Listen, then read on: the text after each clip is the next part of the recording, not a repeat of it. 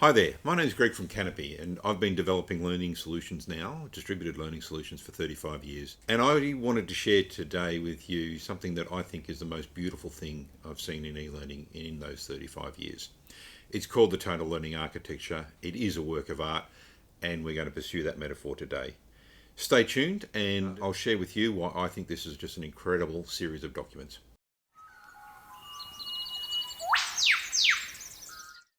So welcome back.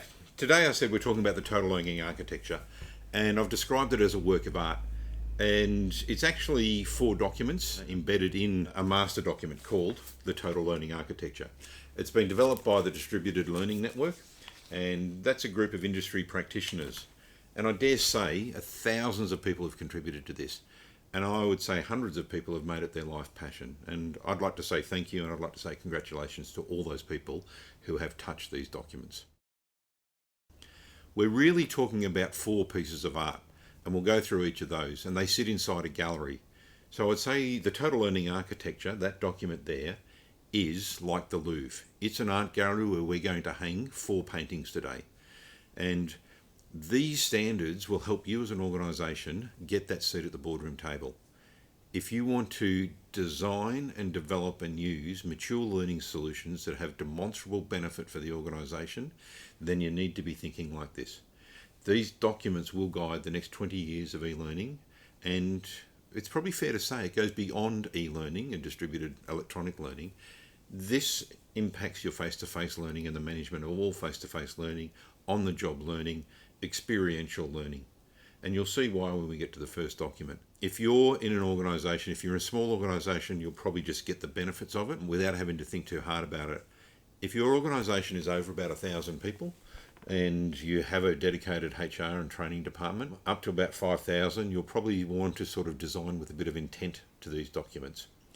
And then if you're over, say, 5,000, 3,000 sort of size organisation, you'll want to have staff very competent in these things, who can drive your training agenda in line with the objectives defined in these beautiful documents. And it is a well thought out document. Like, this defines how learning will be managed in organisations over the next, I would say, 20 years. This will have a life easy of 20 years. And it's a reminder, this has come to you from the people who gave you SCORM. So what SCORM did was allowed us to liberate learning courses, e-learning courses, and liberate them out of the learning management system. It allowed us to say, my course should work on any system and I shouldn't be bound to one vendor. So years ago, I think 2001, we had a definition of SCORM, and that said this is how a learning package can be launched off a system and how it can report back the status to that system. So for the first time, we could build our courses independently, we could put them on any LMS, and we could get a status of Greg has started the course and Greg has completed. It evolved a little bit, and it sort of said, Greg is 30% of the way through his course and Greg got 7 out of 10 in the final quiz. So that's about as far as it could go. But it came from an organisation called the ADL, and that organisation is defined these standards here with the help of a few other sorts of organisations that have been involved. EduTech is one, and now the IEEE. So I wanted to sort of just give you a little bit of an indication of, just how beautiful this is, right? The first one is, we just go to the screen here, we can have a look. They have actually thought in this thing about how mature your organisation is, and it's called the maturity levels. And we sort of start here with a very simple implementation of the total learning architecture, and we would graduate into more complex sort of implementations. The fact that this document recognises that over time you can mature, that you don't have to start at the top end. You can take off little bite-sized pieces and you can make simple implementations now, and as your maturity goes, you can sort of do more sections and more technology and integrate that into your learning architecture. So I won't go into that now, but it is just a beautiful document that says, here's 5 stages of learning maturity. As I say, that's the art gallery. Let's get to the first piece of art. I think it's this one. It's 9274.1, designated that standard number by the IEEE, and it's called xAPI. Here it is here, an amazing piece of work, a very thick document. You as a training manager don't need to know this document. You should read the first 5 pages of this document, maybe get that into your head. It is a technical thing to say, look, how do we actually record experiences in an organisation? The very simple part of this is, Greg, we have a verb, opened, right? So Greg opened, Greg closed, Greg started, Greg finished. We use a verb. That's the second component. And the third one is the object. So in an e-learning world, we would say, Greg started, welcome to the company. So Greg started this course. Three things: actor, verb, object.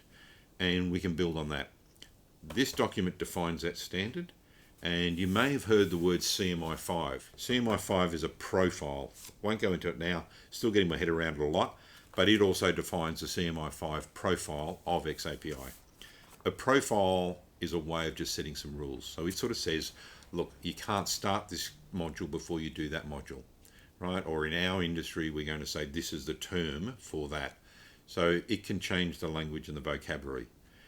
If you're a peak organisation, so if you're watching this video and you're a training manager involved in a engineering professional body or a medical, healthcare, mining, if you're involved in an industry sector, there is now some projects starting up where industry sectors are starting to define and think about their own profiles. And I'd encourage you to sort of get in touch about that one if you wanted to, because the profiles are important, but they're sort of fairly high up on the maturity scale. At its foundation, xAPI is this statement which says Greg opened the door. It starts in an e-learning world, but I want everybody who's watching this video to start thinking more. It can be your face-to-face training. Greg attended this course, right? Greg opened this document. Greg did anything. So you can record experiences in your organisation. It gives you so much data, and it says, how do I store that data? So that's xAPI. I'm calling it the Mona Lisa, and the reason for that one is every time I look at this, it is always looking back at me saying, I've got more for you. The Mona Lisa, if you've ever stood in front of it, it doesn't matter what side of it you're standing on, it looks like she's looking at you. So this one here, I'm calling xAPI the Mona Lisa. To all who worked on it, congratulations. It is stunning. Let's go to the next one. So this is IEEE 1484.12.1. It's called the Learning Object Metadata. Honestly, I've been watching this one. The first definition of this was in 2001, but it's been pretty unloved, and the uptake of the use of that standard was pretty minimal. So if you've ever opened a SCORM object, you'll see a file in there called IMS Manifest. In that will be some metadata about the course. And generally it is the title of the course and the identifier. That's literally what most authoring systems will stick in the metadata. I've wanted companies and my clients to adopt this standard a long time ago. Nobody's ever had the energy for it. This document got a rework, I think in 2020 is the latest version of it. And I think the industry has matured enough that this standard is going to become critical. So this says, how do I put metadata around my learning object, right? So that it is discoverable and it can fit into an architecture of competency definitions. So if we don't describe what this learning object is about, how is the learner ever going to find it? The normal model in an organisation is I enrol this learner in this course. The future of learning, particularly if you're considering micro-learning, is that metadata is the thing that will actually say this learner is interested in these types of things, what's the next thing? And the only way they're going to get that is from the metadata that's put inside the course. I love this standard, bit of a geek, and I think this is going to become critically important. Again, you as a training manager don't need to know what's in this document. What you need to know and have a conversation with your vendors or your staff about is, I need to, over the next 5 years, move to this standard. I need to record this data about my learning so that it's discoverable. That's all you need to know at the highest level of this thing. Again, to the people who love this document for many years, from afar, feel my love. I think this, again, is another work of art. I've decided to call this one Blue Poles. Not only because of the Australian connection to Jackson Pollock and Blue Poles, that painting, but it is just so much information can be put into a course to create the final picture. And it can be on a whole lot of different layers. You can have this information, this metadata, and Blue Poles is just this stunning, busy picture that is huge, enormous, magnificent, and at the end, it is absolutely beautiful. So, well done to everybody who worked on that. The third out of the four standards is IEEE 1484.20.3. And this is a fairly new standard. I think it has been ratified by IEEE, but it's called the Sharable Competency Definition.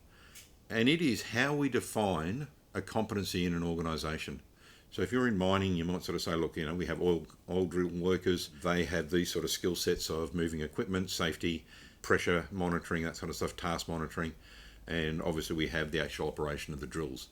All those competencies would sit inside workflows and work processes, and we need to define those in an organisation. Most organisations have worked out ways to express it themselves. So you'll have it in a Word document. It'll be in a fairly linear sort of fashion.